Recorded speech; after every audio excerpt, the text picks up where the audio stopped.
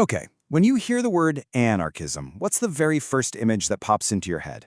For a lot of us, it's probably chaos, maybe violence, and definitely that classic cartoon figure in a black cloak holding a round, fizzing bomb.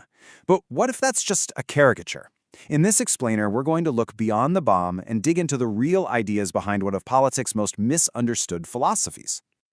So first things first, we've got to address the elephant in the room, or, the bomb thrower in the cartoon. To really get what anarchism is all about, we have to start by taking apart that powerful and frankly pretty misleading image that we see everywhere in pop culture. Yeah, anarchy. Be honest. Is this what you picture? Total chaos, disorder, and that villain with the bomb? It's a really potent image, this idea of the anarchist as just an agent of destruction. But is it actually accurate? Well, the reality is a whole lot more interesting, and it all starts with the word itself. Anarchy actually comes from two Greek words, an, which means without, and arche, which means rulers. So at its absolute core, it literally just means without rulers. And that's a super important distinction. It's not about the absence of rules, it's about the absence of rulers. Now, this famous quote from the anarchist thinker Mikhail Bakunin, it kind of seems to prove the stereotype right, but there's a deeper meaning here. For anarchists, destroying oppressive systems like the state isn't the end goal. It's about clearing the ground so you can build something totally new, something free. So in that sense, yeah, a destructive urge is a creative one. So, if anarchism isn't just about destruction, what is it about? Well, this is where it gets a little complicated. See, anarchism isn't just one single idea. It's a huge spectrum of different philosophies. They all agree on the no rulers part, but they have some very, very different ideas about what should come next. You can pretty much map out this entire spectrum as a tug-of-war between two core values. On one side, you've got this radical, absolute commitment to the sovereign individual and their ultimate freedom. And on the other side, you have a deep focus on social solidarity, on the importance of a cooperative community. This tension right here, it's the key to understanding all the different flavors of anarchism. And this very tension gives us the two main branches. On the individualist side, you have thinkers like Murray Rothbard, who imagined a society built on private property and free market exchange.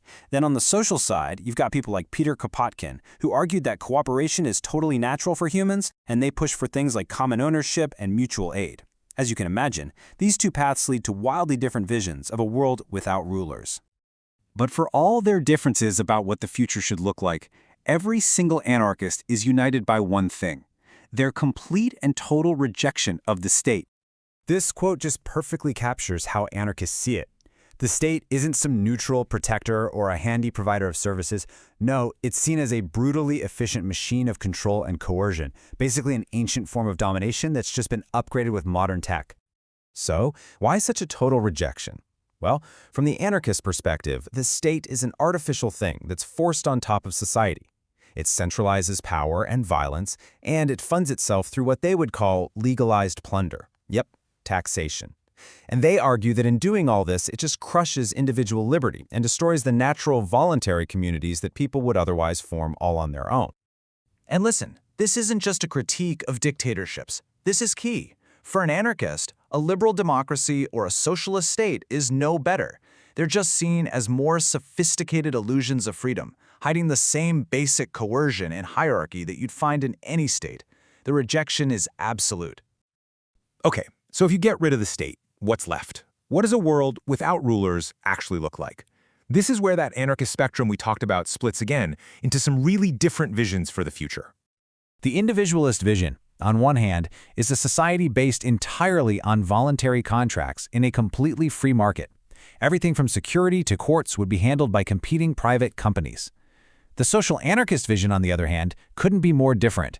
A network of small, self-governing communes where people cooperate to produce what the community actually needs, not for profit. Let's dig into that social vision a little more.